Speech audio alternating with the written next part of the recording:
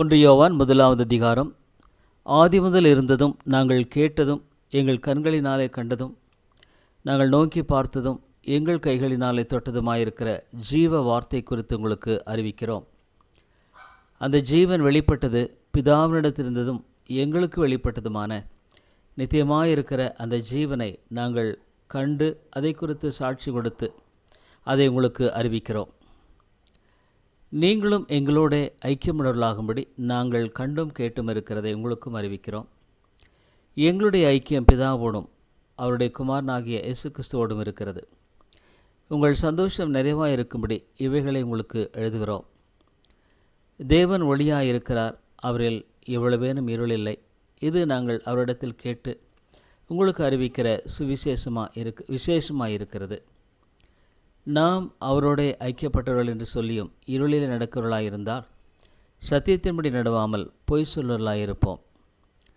அவர் ஒளியில் இருக்கிறது போல நாமும் ஒளியிலே நடந்தால் ஒருவரோடொருவர் ஐக்கியப்பட்டிருப்போம். அவருடைய குமாரனாகிய இயேசு கிறிஸ்துவின் இரத்தம் சகல பாவங்களை நீக்கி நம்மை சுத்திகரிக்கும். நமக்கு பாவமில்லை என்போமானால் நம்மை நாமே வஞ்சிக்கலாயிருப்போம், சத்தியம் நமக்குள் இராது. நம்முடைய பாவங்களை நாம் அறிக்கையிட்டால் பாவங்களை நமக்கு மன்னித்து எல்லா அநியாயத்தை நீக்கி நம்மை சுத்திகரிப்பதற்கு அவர் உண்மையும் நீதியும் உள்ளவராயிருக்கிறார். நாம் பாவம் செய்யவில்லை என்போமானால் நாம் அவரை பொய்யராக்குகிறவர்களாயிருப்போம். அவருடைய வார்த்தை நமக்குள் இராது. ஒன்று யோவான் 2வது அதிகாரம். என் பிள்ளைகளே, நீங்கள் பாவம் செய்யாதபடிக்கு இவைகளை உங்களுக்கு எழுதுகிறேன். ஒருவன் பாவம் செய்வானானால் நீதிபரராயிருக்கிற இயேசு கிறிஸ்து நமக்காக பிதாவினிடத்தில் பரிந்து பேசுகிறவராயிருக்கிறார். நம்முடைய பாவங்களை நிவர்த்தி செய்கிற கிருபாதார பலி அவரே. நம்முடைய பாவங்களை மாத்திரமல்ல, சர்வலோகத்தின் பாவங்களை நிவர்த்தி செய்கிற பலியாயிருக்கிறார். அவருடைய கற்பனைகளை நாம் கைக்கொள்ளுவர்களானால் அவரை அறிந்திருக்கிறோம் என்பதை அதனால் அறிவோம். அவரை அறிந்திருக்கிறேன் என்று சொல்லியும் அவருடைய கற்பனைகளை கைக்கொள்ளாதவன் பொய்யனாயிருக்கிறான், அவனுக்குள் சத்தியமில்லை. அவருடைய வசனத்தை கைக்கொள்ளும் இடத்தில் தேவ அன்பு மெய்யாக பூரணப்பட்டிருக்கும். நாம் அவருக்குள் இருக்கிறோம் என்பதை அதனாலே அறிந்திருக்கிறோம். அவருக்குள் நிலைத்திருக்கிறேன் என்று சொல்லுகிறவன் அவர் நடந்தபடியே தானும் நடக்க கடவன். சகோதரே, நான் உங்களுக்கு புதிய கற்பனை அல்ல, ஆதி முதல் நீங்கள் பெற்றிருக்கிற பழைய கற்பனை எழுதுகிறேன். அந்த பழைய கற்பனை நீங்கள் ஆதி முதல் கேட்டிருக்கிற வசனம்தானே. மேலும் நான் புதிய கற்பனையும் உங்களுக்கு எழுதுகிறேன். இது அவருக்குள்ளும் உங்களுக்குள்ளும் மெய்யாயிருக்கிறது. ஏனெனில் இருள் நீங்கி போகிறது, மெய்யான ஒளி இப்பொழுது பிரகாசிக்கிறது. ஒளியிலே இருக்கிறேன் என்று சொல்லியும் தன் சகோதரனை பாய்க்கிறவன் இதுவரைக்கும் இருளிலே இருக்கிறான். தன் சகோதரனிடத்தில் அன்பு கூறுகிறவன் ஒளியிலே நிலை கொண்டிருக்கிறான், அவனிடத்தில் இடரல் ஒன்றுமில்லை. தன் சகோதரனை பாய்க்கிறவன் இருளிலே நடக்கிறான்.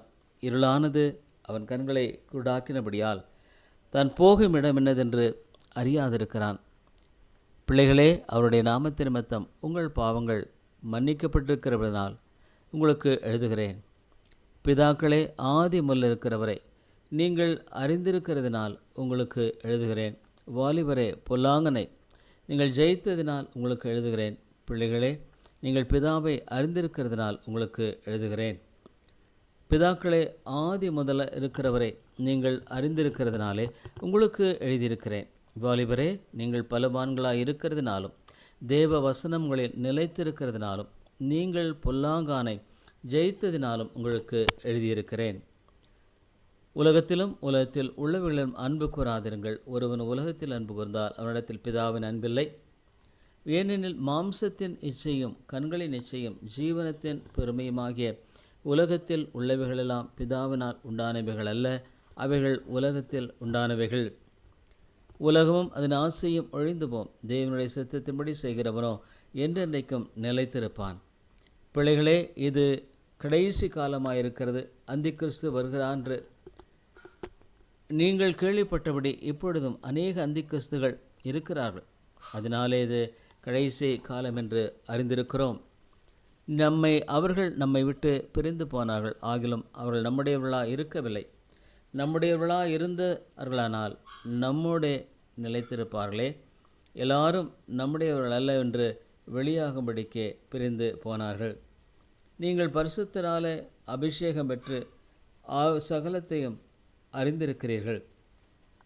சத்தியத்தை நீங்கள் அறியாததினாலல்ல, நீங்கள் சத்தியத்தை அறிந்திருக்கிறதுனாலும் சத்தியத்தினால் ஒரு பொய்யும் உண்டாயிருக்கிற இராது என்பதை நீங்கள் அறிந்திருக்கிறதுனாலும் உங்களுக்கு எழுதியிருக்கிறேன்.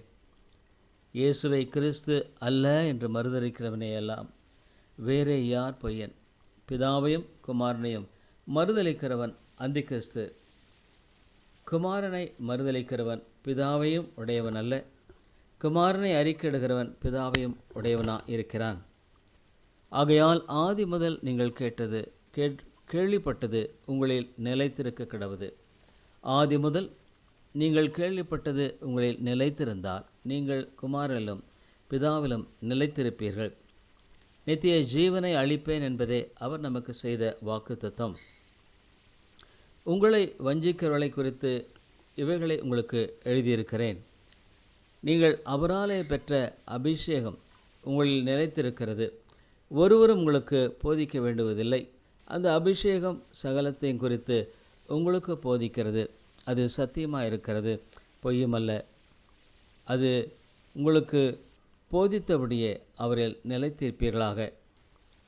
இப்படி இருக்க பிள்ளைகளே, அவர் வெளிப்படும்போது நாம் அவர் வருகையில் அவருக்கு முன்பாக வெட்கப்பட்டு போகாமல் தைரியமுள்ளவர்களாக இருக்கும்படிக்கு அவரில் நிலைத்திருங்கள்.